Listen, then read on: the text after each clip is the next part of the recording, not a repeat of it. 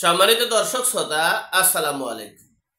আজকের বিষয় গোলাম মাওলা রনি। আপনারা জানেন কথার ভাণ্ড বা কথার বাক্স, সেই গোলাম মাওলা রনির উপরে বুলডোজার উঠতে যাচ্ছে, সে বিষয়ে আপনাদের সাথে সংক্ষেপে আলোচনা করছি। এই গোলাম মাওলা রনিকে ইলিয়াস, সাংবাদিক ইলিয়াস, আপনারা জানেন, সাংবাদিক ইলিয়াস এবং পিনাকি, তাদের যে ক্ষমতা বর্তমান সময়ে আপনারা অনেকেই জানেন। বলতে গেলে এই অন্তর্বর্তীকালীন সরকারের পরিচালক তারা।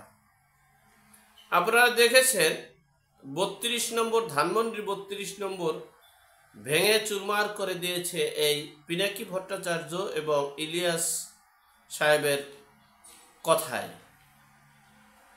আপনারা দেখেছেন ইলিয়াস সাহেবের পিনাকি এর কথায় সাখাওয়াত হোসেন স্বরাষ্ট্র মন্ত্রণালয়ের দায়িত্ব থেকে সরাতে বাধ্য করা হয়েছে। আপনারা দেখেছেন এই ইলিয়াস সাহেবের কথায়, এই পিনাকি ভট্টাচার্যের কথায় স্বরাষ্ট্র মন্ত্রণালয়ের মন্ত্রী সাহেব রাত দিন মাঠে যাতায়াত শুরু করছে, মসজিদের আশেপাশে, থানার আশেপাশে যাওয়া শুরু করেছে এই পিনাকি ভট্টাচার্যের কথায় এবং দিক নির্দেশনায়। সুতরাং বুঝতেই হবে যে পিনাকি ভট্টাচার্য এবং ইলিয়াস সাহেব যেটা বলেন সেটা পুঙ্খানুপুঙ্খ রূপে বাস্তবায়ন করার চেষ্টা করছে। যাই হোক, তাদের কাছে জাতিসংঘের যে কথা, এই জো বাইডেনের যে কথা, ডলারের যে কথা, সব কিছু তারা আছে। তারা বিদেশ থেকে যে নেতৃত্ব দিতে পেরেছেন, এজন্য এই যোগ্যতা সে আমরা যেভাবেই তা নেই না কেন, কিন্তু তারা পেরেছেন।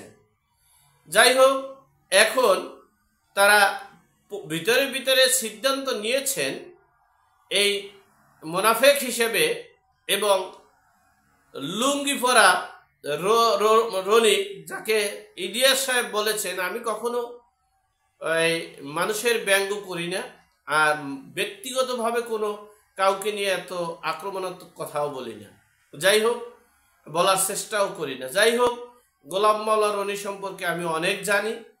যাই হোক, সে বিষয়ে বাদ দিলাম। তারা বলছে এই ময়লাকে এই বুলডোজার দিয়ে ফেলে দিতে হবে।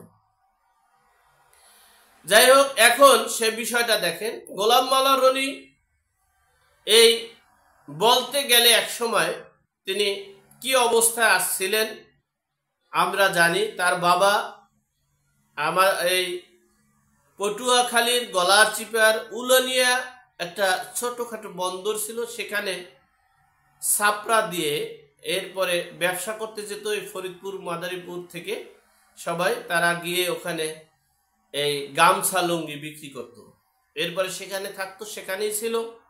সেই সরকারি জায়গায় তিনি বিল্ডিংও করেছিল, সে বিল্ডিং হয়তো বা এখন আর নেই।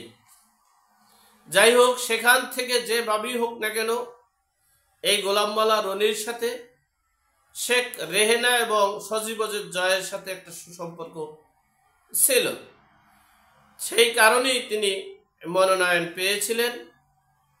আমরা তাকে সাধুবাদ জানিয়েছিলাম, বলেছিলাম, কিন্তু তিনি কিন্তু তার একটা বাহিনী আছে, ভাইয়া বাহিনী। সে ভাইয়া বাহিনীটা পটুয়াখালীতে।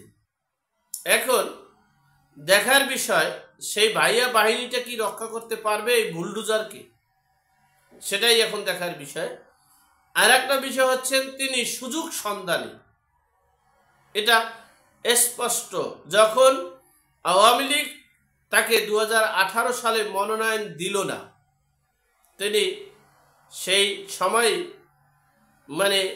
18 সালে নির্বাচনে গিয়েছে বিএনপি, 14 সালে যায়নি, 18 সালে বিএনপি নির্বাচনে অংশগ্রহণ করেছে। তিনি মনে করেছে যে দেশি বিদেশি যা কিছু আছে চক্রবক্র, আবার মহাসচিব, জাতিসংঘের মহাসচিব আসছিলেন বাংলাদেশে, সবকিছু মিলিয়ে তিনি বিএনপির মনোনয়ন নিয়েছিলেন।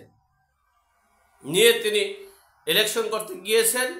ইলেকশন করতে গিয়ে তো তার নিজের লোক, যে তিনি সেই লোকের কাছে এমন অত্যাচারিত হয়েছেন তিনি বাসার থেকে বের হতে পারেননি। বাসায় খাওয়া দাওয়া, বাথরুম ওখানে, তাকে বাসার থেকে বের করতে দেওয়া হয়নি। যাই হোক, এরপরের বিষয়টা হচ্ছে এই আওয়ামী লীগ সরকার অর্থাৎ শেখ হাসিনার বিরুদ্ধে তিনি বিভিন্নভাবে নিষেধাজ্ঞা বিভিন্নভাবে প্রকাণ্ডা চালিয়ে বেড়াচ্ছিলেন। এরপরে যখন শেখ হাসিনার পতন হলো, আওয়ামী লীগের দেশ পরিচালনা থেকে অব্যাহতি নিল, এরপরই তিনি মোটামুটি স্বস্তিতে ছিল, আনন্দে ছিল, উল্লাসে ছিল। এরপরে তিনি যখনই শুনেছেন যে এখনো বুঝতে পারছেন বা বুঝতে পারেন যে শেখ হাসিনার অবসান হতে পারে রাজনীতি থেকে, শেখ হাসিনার যদি অবসান হয়, শেখ হাসিনা যদি রাজনীতি থেকে অব্যাহতি দেয়, তাহলে দেখা গেছে, কারণ আওয়ামী লীগ এই 32 সবচেয়ে বেশি সমস্যা হলো এই 32 নম্বরটা ভাঙার পর বাংলাদেশের 70 থেকে 80% জনসমর্থন আওয়ামী লীগের কাছে চলে গেছে। এই 32 নম্বরের ভাঙার পর থেকে এরা গোলাম মাওলা রনি বুঝতে পেরেছেন যে আওয়ামী লীগের ফিল্ড খুবই ভালো।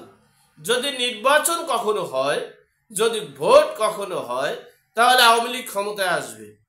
আবার আওয়ামী লীগ ক্ষমতায় আসবে ঠিক আছে, কিন্তু নির্বাচন হলে হয়তো বা শেখ হাসিনা নির্বাচনে অংশগ্রহণ করতে নাও পারে। তাহলে শেখ রেহানা আছে, সজীব ওয়াজেদ জয় আছে, তাদের নেতৃত্বে হয়তো বা আওয়ামী লীগ পুতুল আছে, আওয়ামী লীগ সুসংগঠিত হবে। তাহলে তিনি আবার, তার সাথে তো খুব ভালো সম্পর্ক শেখ রেহানা সজীব ওয়াজেদ জয়ের সাথে, এবং তিনি কিন্তু পিছনে কয়েকদিন বলেও ছিলেন যে সজীব ওয়াজেদ জয় খুব মেধাবী, প্রজ্ঞা আছে এবং দক্ষ, অভিজ্ঞ, সে সম্পর্কে তিনি বলেছেন।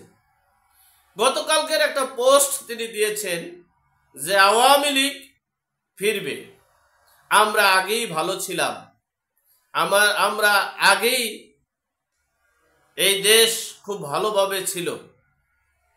সেই পোস্টের উপরই ক্ষিপ্ত হয়ে এই ইলিয়াস সাহেব বলেছেন, তোমরা বুলডোজার রেডি করে রাখো। ইলিয়াস সাহেব বলেছেন যে লুঙ্গিওয়ালার